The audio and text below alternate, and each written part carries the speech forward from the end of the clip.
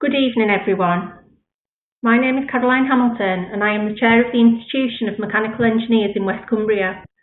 I would like to welcome you all to our virtual presentation tonight in response to dealing with what we all keep referring to as the new normal. Although in some ways it is sad that our new normal means we can't be enjoying this event in person, it does mean that these events can be enjoyed from anywhere. I know we have a few here this evening that otherwise wouldn't be sat in a lecture theatre in wet and windy West Cumbria. Soon I will pass over to Simon Hartley. However, I will first say that our presentation tonight is not specifically about engineers or engineering. Many of our presentations are technical, and albeit attending technical events contribute to our CPD, perhaps sometimes we forget that in delivering any role, we, as individuals, are the critical component. The competencies of the ICEBERG are ultimately all about us and our performance, so tonight we are the focus. The format will follow a presentation of approximately 40 to 45 minutes, allowing some time for Q&A in the remaining 10 to 15 minutes. However, Simon will check in for questions every 15 minutes or so. So, now on to the main event of the evening. I first came across Simon Hartley as a recommendation from my very own husband to attend a virtual event being delivered by Simon back in the early lockdown days. This led to attending a second and ultimately to signing up to a programme being delivered by Simon called Be World Class. Simon, a sports psychologist by discipline, has for some time been operating in all sectors, as he determined that in essence sports psychology is all about human performance, regardless of what you were doing or indeed where you were doing that at.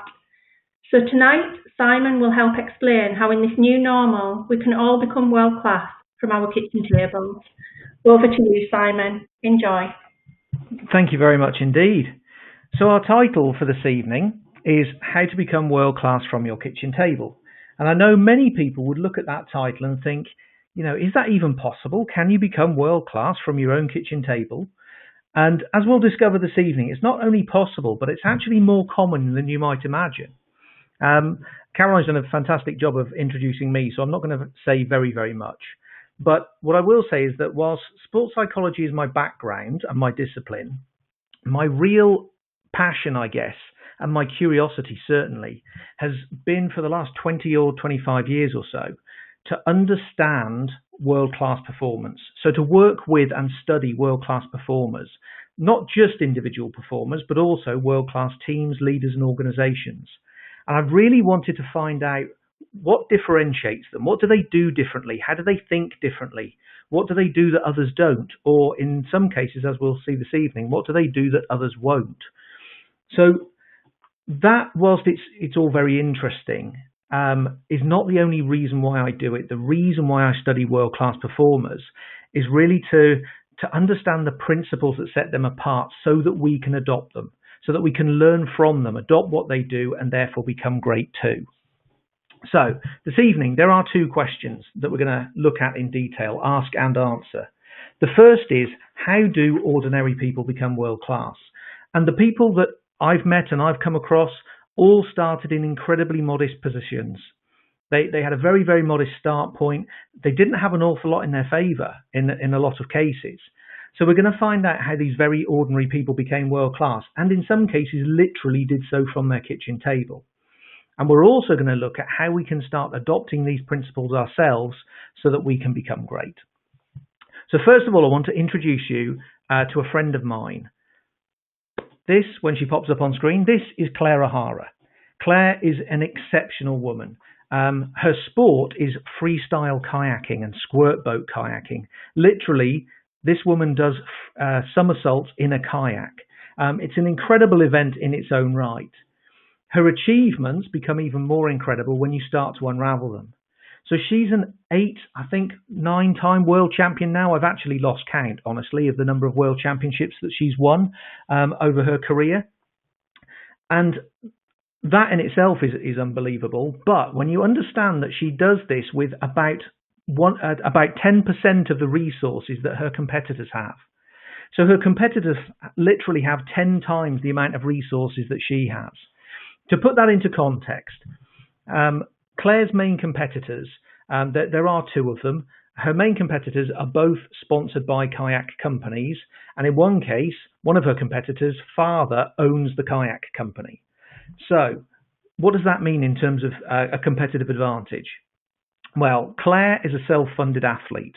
She has to work in order to earn the money, not only to feed herself and go on the world tour, but also to fund her training, fund her equipment, fund her travel and all those sorts of things. In comparison, her competitors have sponsorship, they're full-time, they get given kit. Literally, when they go to World Championships, Claire says, I'll be in a tent on the side of the river and they'll be sleeping in RVs. So she's got a really kind of slim competitive advantage compared to them. But what she does understand, and again, to put this into context, her event is a judged event. It's a little bit like ice skating or gymnastics. You know, she gets given an awarded point. She scores points for the moves that she executes during her routine. And she started to understand that you can't buy points. You score points, you can't buy points. Actually, there's no direct correlation between the amount of resource that you have and the number of points that you can score. So you can't actually outspend, or she can't outspend her competition, but she can outthink them, she can outtrain them, and she can outwork them. She figured out actually that her challenge is very, very simple. She's just got to work out how to squeeze as many points as possible from her 45-second routine. And to do that, actually, it's not dependent on resource at all. That's dependent on thinking and working harder than the opposition. So she started to understand how you can become world class from, in her case, kind of an aquatic kitchen table. It's not just true in sport, though. Here's an example, very famous one I know from business. You know, arguably the world's largest company started out in a very, very similar way. It would seem ludicrous now, if you think about it, for somebody to walk into that room and say, you know, Jeff, really, there's no way that you can compete with Walmart. You know, you're just one bloke in a bedroom. Walmart have got millions, if not billions of pounds worth of resource. How on earth are you going to compete with the likes of Walmart? And Jeff Bezos is not alone either. Many of the best and kind of most notable entrepreneurs of our time started off in exactly the same way. Top left of the screen is a guy called Drew Houston, who founded Dropbox. He actually wrote the code, the initial code for Dropbox, whilst sitting on a bus, having a bus ride. Bottom right of our screen is a lady called Sarah Blakely, who founded Spanx. She literally did the initial stitching and created the initial prototypes at her kitchen table for a product that's now, you know, a kind of $1 billion business. These people started literally, in some cases, from their kitchen table. And they're not alone either. There are quite a few fairly famous examples now, particularly the Silicon Valley entrepreneurs, like the guys who founded Dropbox and the guys who founded Airbnb and people like that. You know, all of these people had incredibly modest start points, and they didn't have an awful lot of resource. In some cases, they were doing it very much from their bedroom or kitchen table. So what's the differentiators for these people? It's not necessarily the resource or the equipment or the facilities at their disposal. The difference is their thinking. They ask different questions. And because they ask different questions, they find different answers. And also, very importantly, they make different choices. And I introduce you to another friend of mine. This is Kenny Atkinson. Kenny is now a many time Michelin star chef. He had a very modest start point. He describes himself as a little lad from Cramlington who failed some exams and failed to get into the RAF. When he was a kid, he wanted to be a pilot in the RAF. But he failed the exams, didn't get into the RAF, and needed a job. So he went into work in the fruit and veg markets in Newcastle. And he took a job in his uncle's pub in Gateshead, just washing the pots and cleaning the kitchen, just being a kitchen porter. And he started to develop a real love for cooking and for being in the kitchen, being in that environment. So he decided he would set out and he would become a chef. He worked his way up from kitchen porter to commis chef, from commis chef to chef de partie, all the way up to sous chef. So he was an assistant chef in the kitchen, running a section. He was working in London, and he made a rather unusual decision. Having worked his way all the way up the ladder and almost to a head chef's position, he decided to take a demotion. He went back down to chef de partie. He took a huge drop in salary. In proportional terms, he was dropping about a third of his salary. He wasn't single at the time. He was with his now wife, then girlfriend. And his decision was really simple. It was based on really wanting and needing to be re-inspired, to be in an environment that was inspirational, to be able to learn, to be able to improve as a chef. There aren't actually that many people, if you think about it, that would make that kind of decision for that reason, that they would accept and actually actively chase a demotion and a drop in salary in order to learn more and in order to improve their skills. Most people would see that as a step back on the career path. Kenny saw it very much as a step towards becoming the kind of chef that he wanted to be. So just we'll take a quick check in to see if there are any questions, and get your thoughts on this. How does this relate to you? Any questions, any thoughts? Feel free to drop them into the chat box. How does this relate to you? Because I know that these are not engineers in many cases. You know, there's a chef in there, there's a sportsman, there are entrepreneurs. But how does this all relate to you and how you can become world-class from your kitchen table? So feel free to drop any questions in there. I'll go in and pick some up in just a couple of minutes. So taking these principles, I studied world-class performers, and I took some time out and I studied and worked with closely a dozen world-class performers in all sorts of different fields. There was Kenny, the chef, there were athletes, there was a world barista champion, there was a mountain climber and a polar explorer and the head of a world-leading science organization. And I found that they all had common characteristics that set them apart, things that they did, ways that they thought that set them apart from the rest. In fact, there were 8 common characteristics. I'm not going to dive into all of these in great detail now, but I do want to pick up on a couple of them that are really critical. So here's the first. They have a real passion for what they do. And there are different elements to this. Most people think of passion in terms of love, and they do genuinely love what they do, but it's not just love. They also care about it. It's important to them. It matters to them.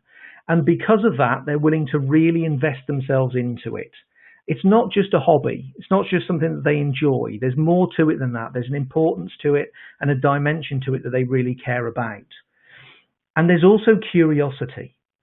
Now, I describe curiosity as passion passed through the lens of a great question. And curiosity for me is a function of passion. So these guys are intensely curious. And they found a way to focus that curiosity. A few years ago, I studied world-leading entrepreneurs, what I call wildly successful entrepreneurs. And I wanted to know what characterizes these incredibly successful entrepreneurs. And I found that the founding characteristic is this. They found a valuable problem in the world and they care passionately about solving it.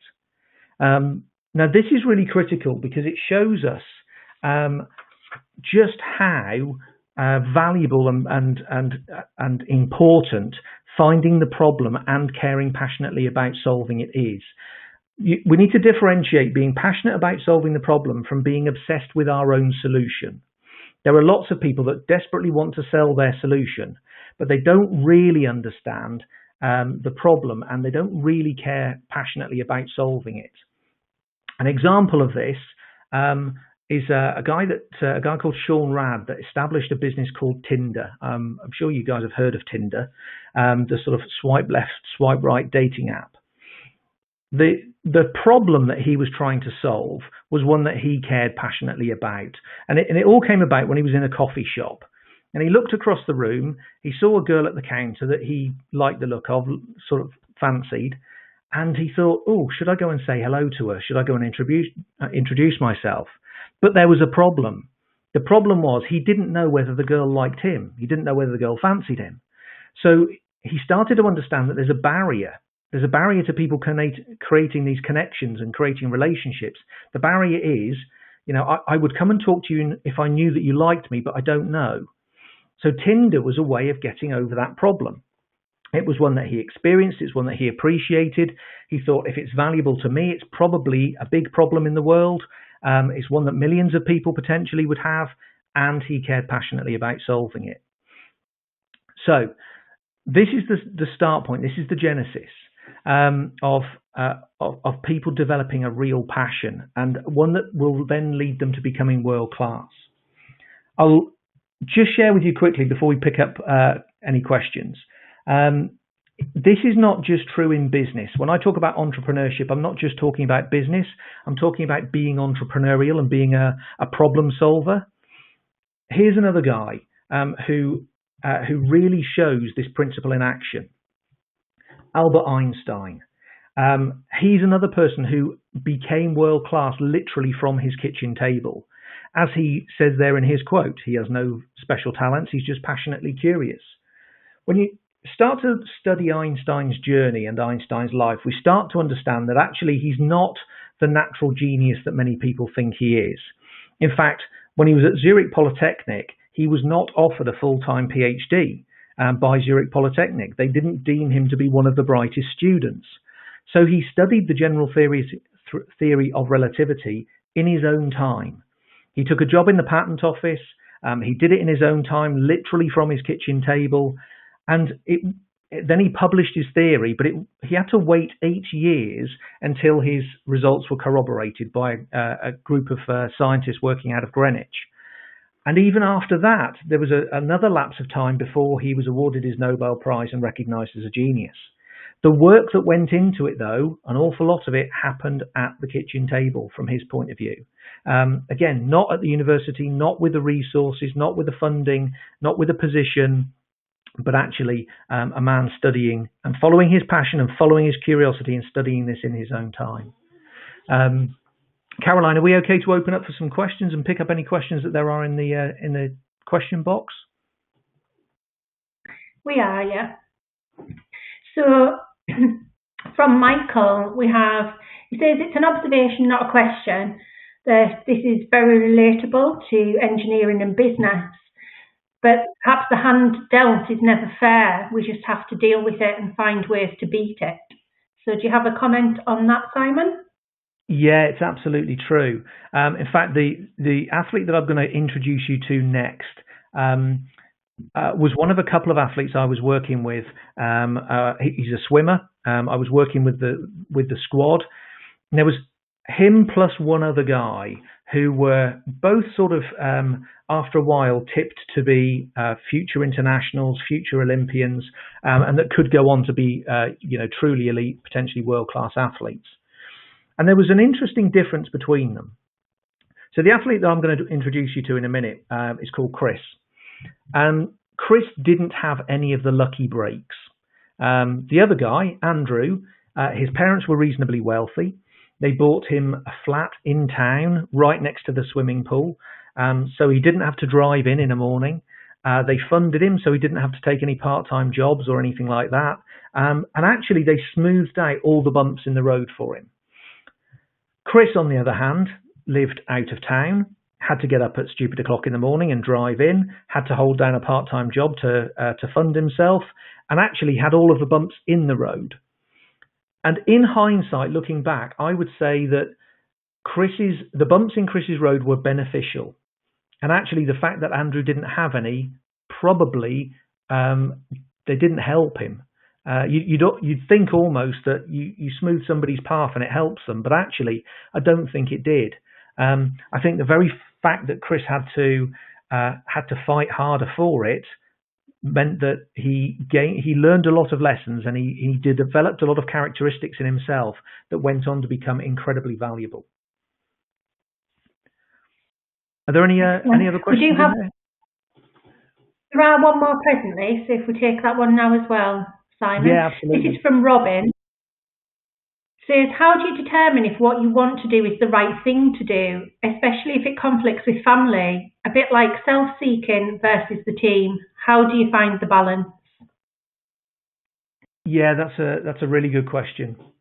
One of the things that I've chatted to people a lot about over the years, it's that question. In fact, when I wrote How to Shine, which is the book about world-class performers, the closing lines I wrote are, do what you love and love what you do. And a lot of people read that and kind of came back to me and said, does that mean I have to quit my job and go follow my hobby and hope that my hobby can make me a living? And actually, I've kind of revised those closing lines a little bit. I think now it should read, do more of what you love and love more of what you do. Because I don't think kind of being passionate about what you do is an all or nothing. I actually very much see it as a fire. And if you feed the fire properly, you can grow your passion. You can start to, in some cases, just transition from really not liking something to it being okay. You know, I don't hate it. It's okay. And then actually, when we start to invest in it a little bit more and become better at it, often we can start to quite like it. And then we start to like it. And then we start to really quite like it. And we might end up loving it. Bizarrely, I've been through exactly that journey myself, writing fiction. You know, I've written a number of non-fiction books. I've written 8. But more recently, I've challenged myself to write a fictional book because I want to be able to help teenagers by kind of sharing the principles of psychology and philosophy with them, but in a way that they'll actually get it and absorb it and read it and understand it. If I write it into a non-fiction book, it'll be so boring, nobody will pick it up. So that, for me, writing fiction has been a massive challenge. And I started off honestly. It was really hard. I was no good at it. I didn't enjoy it. But over time, I've started to learn to enjoy it. And I've learned that actually, if you want to move from hating something to loving it, you can also move the needle from feeling like you're rubbish at it to feeling like you're pretty good at it. And as you move that needle, you start to love it more. So like I said, I would probably revise do what you love and love what you do to do more of what you love and love more of what you do. And you can do that within your current job. You can find more things that you're curious about, for example, you know, be able to follow your curiosity more, be intrigued by things. Now, this is often how I help people, particularly sort of teenagers again, who are struggling at school, you know, because sometimes they don't know why they're doing it. They don't see the importance. They're not interested in anything. But actually, when you dig underneath the surface, they do have curiosities. And actually, if they start following some of those, then it helps them learn the subject. So hopefully that helps. That gives a little bit of perspective. We'll progress on and we'll pick up some more questions in about another 10 to 15 minutes, if that's okay. So Einstein is a brilliant example of somebody who genuinely embraced the passion and the curiosity and was able to become world class literally from the kitchen table. So that's one part of it, embracing the passion and the curiosity. The second is what I call relentless focus. It's the ability to just keep focused on something for long enough to become truly great at it. And quite honestly, there are very few people in the world who really genuinely focus on progressing and improving what they do relentlessly for years. There are a couple of patterns that tend to happen more often. One is that people get into whatever they do, and instead of relentlessly progressing in that, they kind of stagnate. You know, their knowledge stagnates and their understanding stagnates. They're not looking at improving what they do day on day for years. Here's a guy who did. This is Chris, the swimmer I was chatting to you about just a second ago. Chris and I started working together in 2001, and we finished when he retired from competitive swimming in 2008. His last race was the Beijing Olympic final in 2008. And it took us, embarrassingly, a few years, about 3 years, to truly understand what his job was. We got confused initially. We thought his job might be to win medals or break records or represent GB or get funding or get sponsorship or something. And honestly, none of those things were his job. His job, very simply, was to swim 2 lengths of the pool. He was a 100-meter swimmer. He was swimming in a 50-meter pool. So it was to swim 2 lengths of the pool as fast as he could. That was it. That was his job.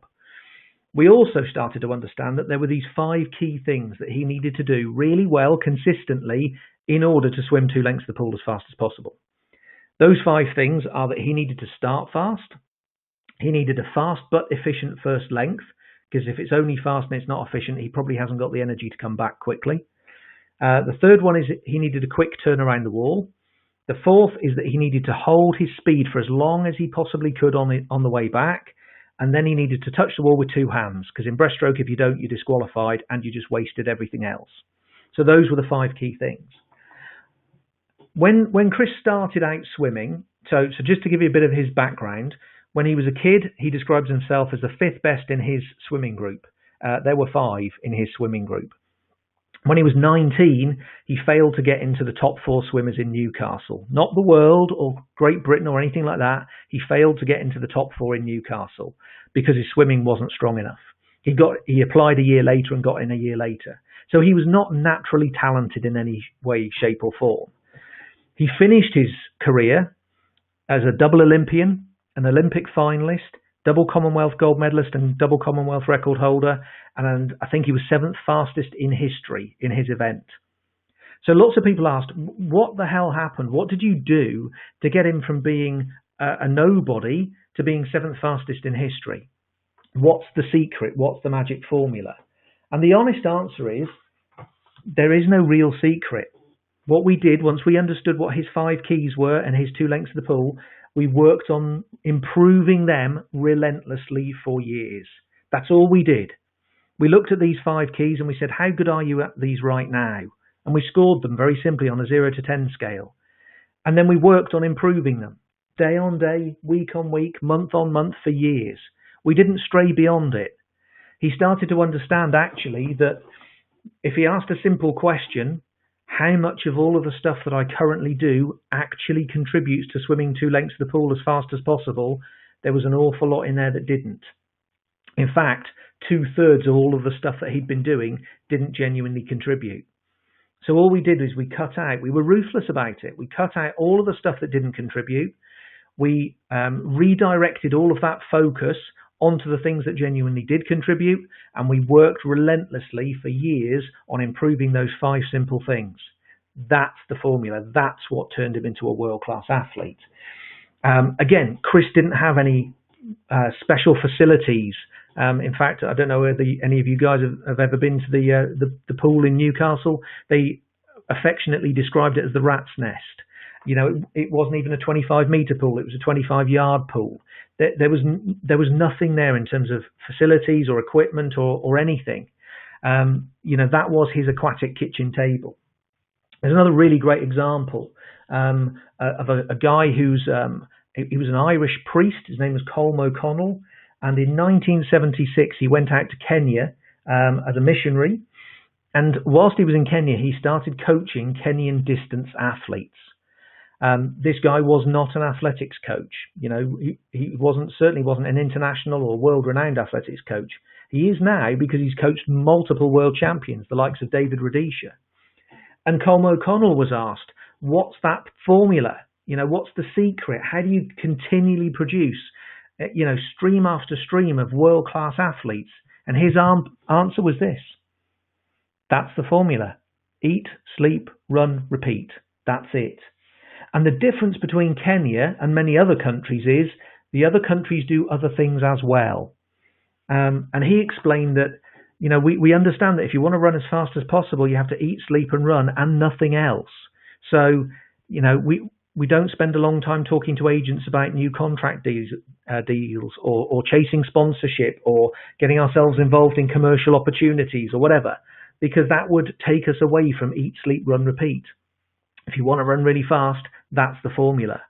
And actually, that's the biggest challenge for all of the other athletes. There are lots of athletes, believe it or not, from other countries who have been out to Kenya to go and train with them, but they find it so difficult to strip everything back and just focus on the essentials and just progress those essentials relentlessly for years. I often describe this kind of approach by using an iceberg as a sort of a metaphor. I often describe this iceberg by saying that the tip of the iceberg is that public success, the success that people see. So, for example, athletes standing on the podium. entrepreneurs being recognized because their business has just become a £1 billion business, or Albert Einstein receiving the Nobel Prize, whatever it happens to be. That's the tip of the iceberg. That's the public success that people see. If you want the tip to come out of the surface, there has to be, the bulk, the majority, the 80% living underneath the surface, or else there is no tip sticking out of the surface. And this is the unseen work. This is the stuff that goes on behind closed doors that actually nobody really understands or knows. This is the stuff actually, bizarrely, that's often done from the kitchen table, whether that's an aquatic kitchen table or a literal kitchen table. This 80% of the stuff is the stuff that's done behind the scenes. Now, in an athlete's world, that might be that they wake up early in the morning. They spend, as swimmers would describe it, they spend hours staring at the black line at the bottom of the pool. But it's not just the amount of work they put in. It's also the injuries that they sustain and they have to come back from, and the disappointments and the deselection and the heartaches and the soul searching and all those sorts of things. That's also what goes on beneath the surface. It's all the choices they make to not go out at the weekend with their mates, to not go and eat burgers and chips. It's all of those sorts of things that form that iceberg. That's the unseen stuff that actually contributes to making somebody world class. If you think about it in the entrepreneur's world, the Jeff Bezos or Drew Houston or Sarah Blakely's of the world, theirs might be rejections. It can be failures. It can be kind of getting so stuck on something that you don't know how to get past it. What I call the quit points, those moments when you're so swamped with doubt and self-doubt that you think, I can't do this, I'm just going to quit. All of that stuff's the stuff that lives below the surface. So, last question for you guys as we check in and pick up some more questions and thoughts. What would that mean for you? What would your iceberg look like? What's the stuff that lives underneath the surface? Again, throw in any thoughts, any observations, anything into the chat.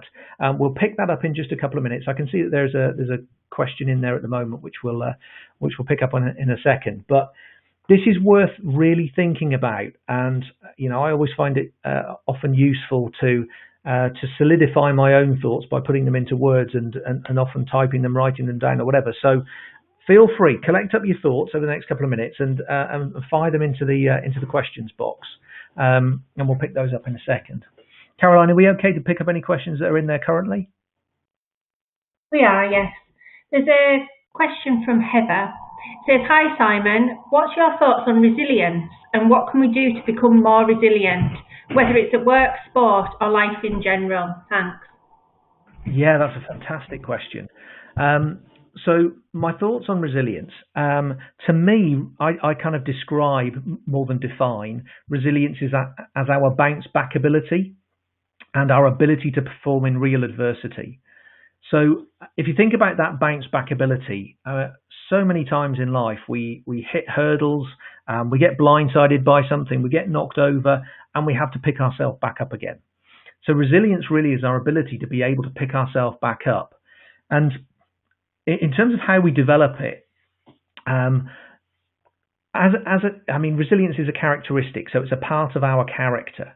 And the way that we develop characteristics and character in ourselves is by taking on challenges. And particularly it's the choices we make when we hit the challenges that really shape our character. So in terms of resilience, it's the choice we make when we've hit the brick wall, we've fallen at the hurdle, we're sort of face down, nose in the mud, and we're kind of thinking, do I really want to get back up again? This is painful. This is hard.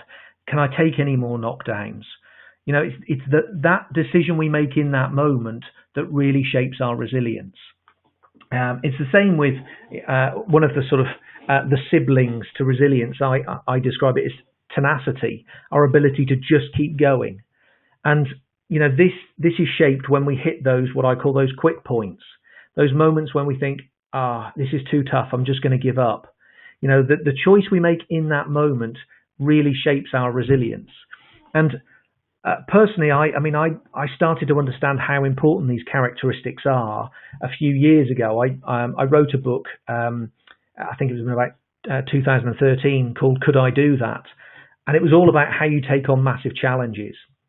One of the things I'd noticed when I was studying world-class performers is they've got this incredible mental toughness, the resilience and the tenacity, and composure, which is another element of mental toughness.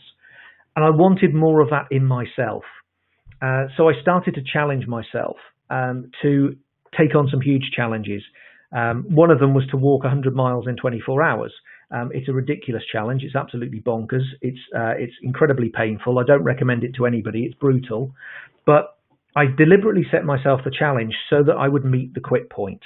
I actually structured it in 8 12.5 mile laps, which started and finished from my house, so that I would be tempted every time I walked past my house to think, it's just there, I could go in. I deliberately didn't broadcast it. I didn't get any sponsorship, because that would have added another element of kind of pressure to me to continue. And I wanted to encounter that point, that quit point, that moment where I was in pain, I was having the doubts, I didn't think I could do it. Home was just there, nobody would know if I quit. And I needed to be able to figure out how you push through that. Interestingly, when I met that moment, which was about halfway through, I met my first huge quit point when I was in total agony. I realized that there's 2 questions you have to answer. The first one is, why are you doing this? And the second one is, how much do you want it? And honestly, I think if you can answer both of those questions positively, if you can find a good answer to them, you will keep going and you will get through to the other side. If you can't answer those positively, you're likely to quit, especially when it gets really, really tough. So it's those questions those choices we make when we hit the challenges that have the greatest impact on our character. That's what we use to develop our character. And if you take any other characteristic like courage, for example, courage is our ability to go towards the thing we're scared of. It's the choice that we make to go towards the thing we're scared of. That's what shapes our character. If we continually do that, we become a more courageous person. So I hope that answers your question. Hope that helps. So any thoughts, folks, on what your iceberg would look like?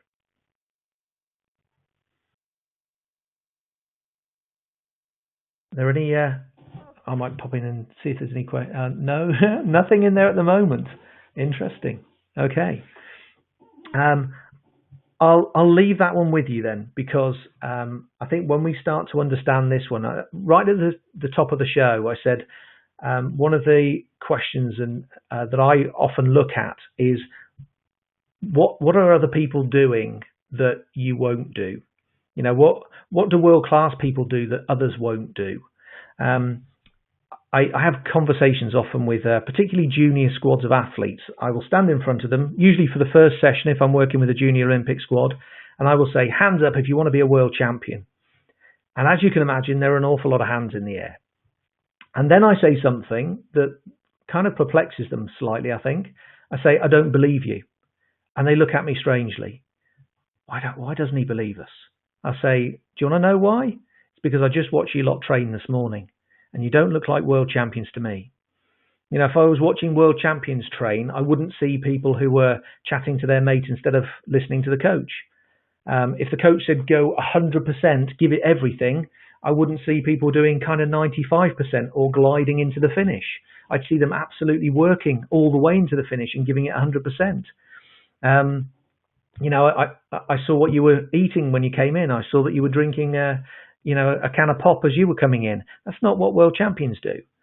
So they start to get the understanding actually that if I want to be a world champion, I need to start doing the stuff that most people won't do. They don't want to do. It's too difficult. It's too out of the ordinary. And actually that's what the iceberg starts to look like. It's when you understand that you understand how to construct an iceberg and actually create the 80% that allows the 20% to stick out above the surface. Cool. Should we pick up some questions, Caroline? Yeah, no problem. We've got a couple coming in now. A comment from Michael. I did a 10K, our personal best 10K in a race, but the below water iceberg was all the dark and cold nights I went training. Oh, that's brilliant. Yeah, that's a really really good example. Yeah, yeah, I've been there too when it's cold and dark and raining, and you're starting to wonder, could I just skip this session? Do you think? Yeah, the choice you make right there constructs the iceberg. Absolutely. Absolutely. That'll be me in 25 minutes. A Fantastic. comment from David. Sometimes you really do believe in the path you were taking, but the road ahead seems to be blocked by someone who you need on side to make that next jump, someone who you need to open that door, but they don't believe in what you are doing. How do you deal with that? Now, that's a really good question. I usually start by asking whether my why and their why align. So I also wrote a little book called How to Herd Cats, and it's all about leadership through influence. There's a very simple understanding that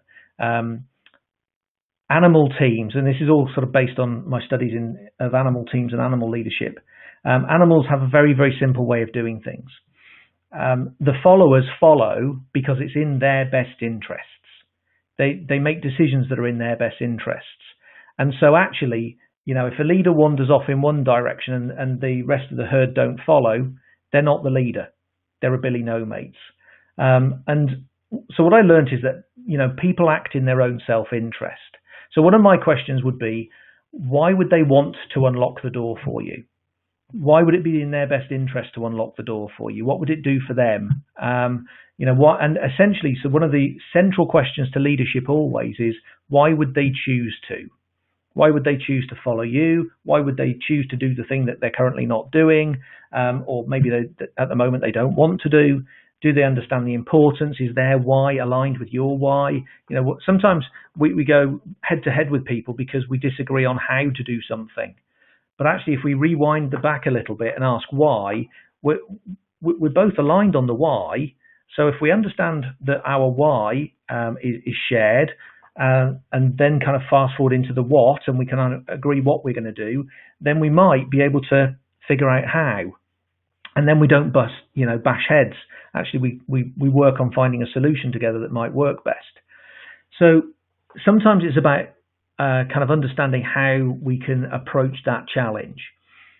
Sometimes, and I do know a lot of people who, because it's so important to them, because they're highly passionate about it, because they really want this, if they think honestly that there's one person that sort of holds the key to the door, and they're not opening it, they'll go and look for somebody else, because they can't afford to be stuck at this door. So they need to go find somebody else that's got a key for the door, because that's the way round it. And possibly it is somebody else that truly appreciates why it's important and why it matters. Maybe that's the way round it. So I think, sometimes we can get stuck. I call it a thought furrow, where we ask a question and we keep coming up with the same answer time after time after time. Sometimes we need to kind of flip ourselves out of the thought furrow and say, okay, is there any other way to get through this door? Or is there a way round the door, or under the door, or over the door to get to where I need to be?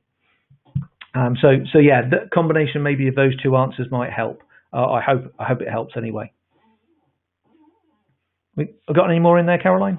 We have, and I think adding to that, we have a question: how do you overcome the fear of rejection? Yeah, another brilliant question. I think so. There's a couple of ways of looking at this one. One is to ask, what are we really scared of? Because fear of failure, I think, is a really interesting concept, because what it isn't is fear of failing. So failing and failure are different. And when people are scared of failing, in fact, I'll rephrase that. Most people aren't really truly scared of failing. They're scared of how they see themselves if they fail. And so failure is kind of part of our identity. We don't say I am a failing, we say I am a failure. So they're scared of looking at themselves and feeling like, or looking at themselves and believing that they are a failure. Failing in itself probably isn't that big a deal. And I think it's fairly true of rejection as well. it's not necessarily that we're rejected. It's almost how we then judge ourselves, or what we imagine that rejection means. The other thing that I've started to understand about fear is actually, when I think about it, all fear is a fear of our imagination. And this is how I came to that understanding. Remember, I mentioned I did this daft walk, the 100-mile in 24-hour walk. If you walk 100 miles in 24 hours, inevitably you're going to walk through the dark. And I can remember, sort of just after midnight, walking across open countryside in the dark, and I heard some noises. And in reality, it was probably a rabbit, or there were owls, or whatever they were. But of course, my imagination started to, spiral out of control. So I heard a noise, and my imagination populated that with a zombie, or kind of a pack full of rabid dogs with red eyes, or whatever. If I'm running and I'm running scared, I'm not running from a zombie. I'm running from my imagination. There was something else I concluded that you can't outrun your imagination. It's not possible. So if we understand that, and all fear is fear of our imagination, it's probably what we imagine we would feel, or it's the judgment we would place on ourselves, or the failure that we imagine that we will experience if we get the rejection. That's normally what we're afraid of. And knowing that it's our imagination that's spiraling, we can do something about it, because actually we can start to control our imagination. It's within our territory, as I call it. So unpicking a few of those things, I think, is really useful and really valuable. And when we get to the crux of that, I think we can start to unpick fear of failure, fear of rejection, or whatever else it is that's holding us back. Okay. Any other questions? We have one final comment at this time, which is talking about, I think, the bottom of the iceberg, Underberg, has some self-doubt, focused repetition of effort that is often unrecognised by others who I wish to have as encouragers. Yeah. So one of the interesting things about doubt, many people think of doubt as a negative, and I don't. I think doubt's incredibly valuable if you use it properly. And when I was one of the really daft challenges I took on involved some kayaking in the North Sea, and this is a person with no background in kayaking. I can remember having a chat with my mum as I was kind of outlining this challenge, and she said to me, "Don't be so ridiculous. What on earth do you think you're doing? There's no way that you can kayak up the North Sea. First of all, you haven't kayaked since you were a Boy Scout when you were about 13 years old. You've never kayaked in the sea. You don't know anything. You can't do a capsize drill. You don't know anything about tides or weather or coast guards or anything."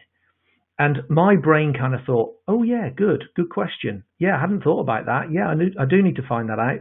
I ought to go and find a canoe club and practice some some capsize drills and all that sort of stuff.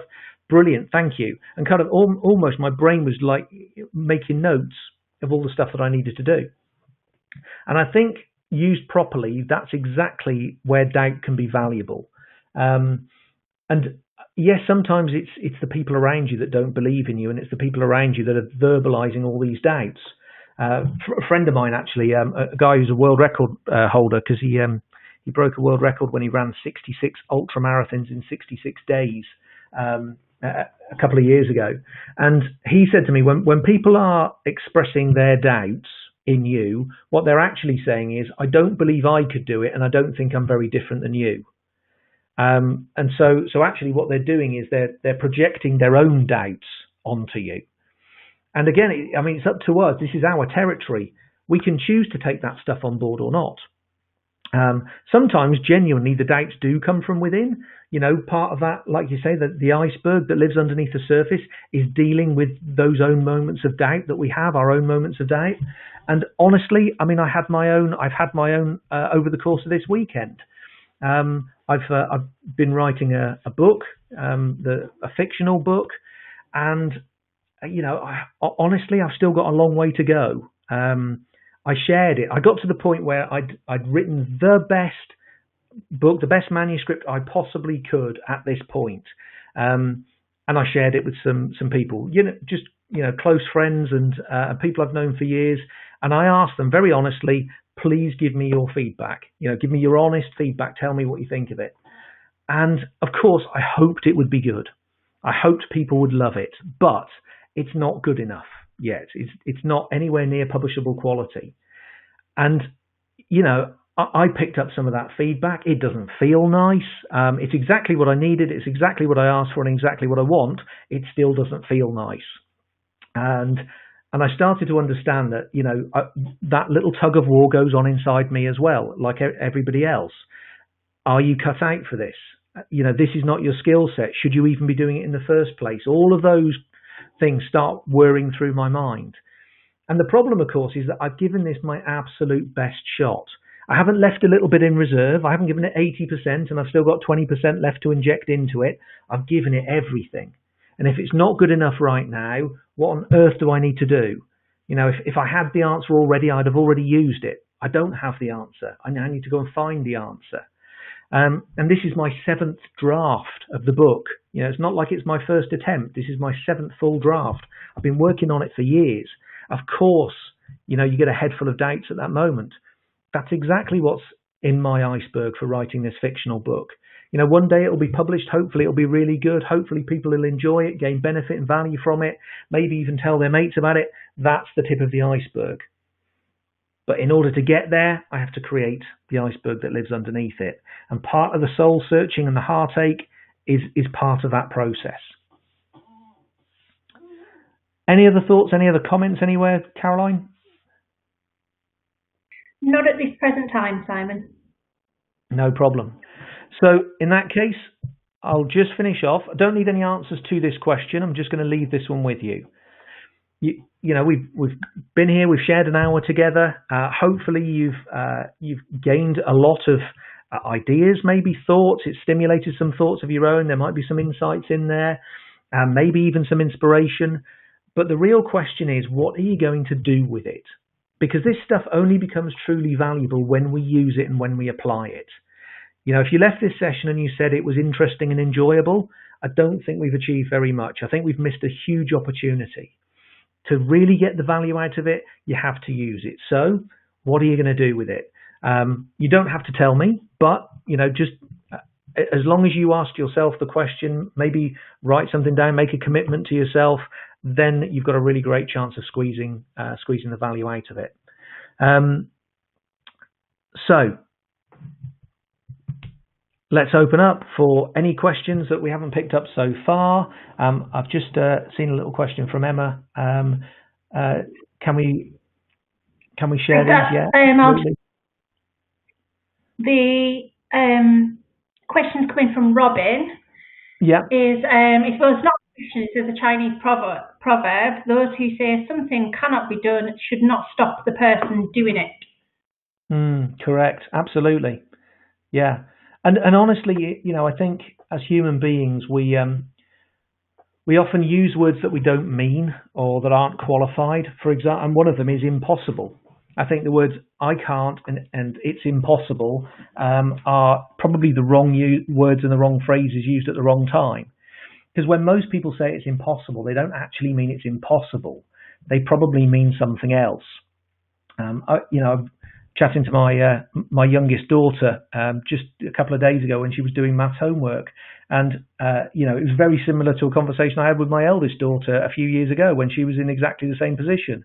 Both of them said, "Oh, this is impossible," and my response was, "Oh, good." And they said, "Well, why is that good?" I said, "Well, as I seem to remember it, lots of things have been impossible. When I was chatting to my eldest when she was little, I said, swimming was impossible, riding your bike was impossible, clicking your fingers, whistling, all of those things were impossible. But you can do them all now. So if this is impossible, I reckon you stand a good chance." And the point was, she didn't mean it was impossible. She meant something else. She meant, I don't know how to do it. I don't know where to start. I'm stuck. Sometimes we say impossible when we actually mean, I don't want to do what it would take to do it. It looks too big. It looks too daunting. It looks like it would require an awful lot of energy and effort, and I don't think I've got that in me, or I don't want to find it. So So, when we really start to understand what we do mean, we can start to unpick it. And I think it's also true of understanding what other people say to us and being able to really, sort of really understand what they're trying to say. Like Andy McMenemy, my friend who ran the 66 Ultra Marathon, said, they're actually saying, I don't believe I can do it, and I don't believe you're any different than me. Any other questions in there, Caroline? That little discussion there might link nicely into this last question here. It's how to deal with criticism positively. Yeah, it's a really, really good question. I'm a believer that actually when people offer critical feedback, there are two parts to it. Firstly, there's information, and there might also be emotion. So the information in it usually is incredibly valuable, but some people miss that because they reject it because there's an emotional sting. So if somebody gives you critical feedback and it comes with anger, they don't want the anger, they don't want the emotional bit, so they sort of bat them both away. Some people take them both on board and get really stung by the emotion, and because they feel so bad, they don't really unpack the information and don't really appreciate the value of the information. So understanding that they are different parts of the same package, I think, is really valuable, and that we can take the information without necessarily getting stung by the emotion. I do know, one of the things I've seen in really elite performers, world-class performers, is that they actually become hungry for critical feedback. They go past accepting it and using it to seeking it, and that also changes the dynamic. Because they go looking for it and they're hungry for it. A lot of world-class performers have described critical feedback like oxygen. If you deny me critical feedback, you deny me a chance to get better. So please give me the feedback. I want it. It's a hunger for it. I think it does change the kind of emotional impact it has. When you go looking for it, I think it does take some of the sting out. But like I said, I spent a weekend being utterly deflated because people didn't love my book. And I've also started to realize that actually that emotion in itself is not a bad thing. It's quite healthy. For a start, it shows that I care, and it also really sort of drives me to improve it. And without that emotion, I probably wouldn't be, if I didn't care that much, I wouldn't be as driven to improve it. So actually, I think we can, when we start to understand these components, we can start to interact with and embrace critical feedback very, very differently. Okay, that is wonderful. Now, we've had a flurry of activity, but I am very conscious of time in that we said that this event is 1 hour long. We've had some lovely feedback comments on a thought-provoking presentation and an opportunity to think differently and look around or over or under the door that perhaps somebody else was, it was wished that they would open. I will one more question, and we'll see in our feedback out to everyone that we will try to answer possibly the last 2 or 3 that we have here. But the last one, and I think this is quite a fitting to end on, is how do you know you've reached world class when you're at your kitchen table? I think that's a really, really good question. I think sometimes the understanding that you've become world class is one that hits you before the outcomes arrive. And I'll give you a kind of an example of doing this in isolation, which I think is where that question comes from. So many years ago, I worked with an organization called the English Institute of Sport. And we were set up to support the GB Olympic programs and the England teams. We were formed, established in about 2004. And we kind of led a group into the 2004 Olympic Games and then the 2008 Olympic Games. And it was as we were starting to get close to the 2008 Olympic Games, in about 2006, we were aware that we were doing things that were better than our competition, the Australian Institute and the US Olympic programs. What we were doing was better. We didn't have the medals to prove it in 2006. We were just starting to become aware that our processes were better. Our techniques were kind of world leading and more advanced, because we knew what was going on in the rest of the world. And we did that kind of almost bizarrely without leaving our kind of little hub in the UK. So it was only in 2008 that the medals followed, and then more medals followed again in 2012. So that was almost a confirmation that what we were doing was at a world-class level. But the understanding came a lot sooner, because we looked at our processes and how fast our processes were evolving, how much better we were getting, how much better our practice and techniques were getting. It was that really that was starting to fuel our understanding that actually we were probably breaking through, and instead of following the other programs, we were now leading.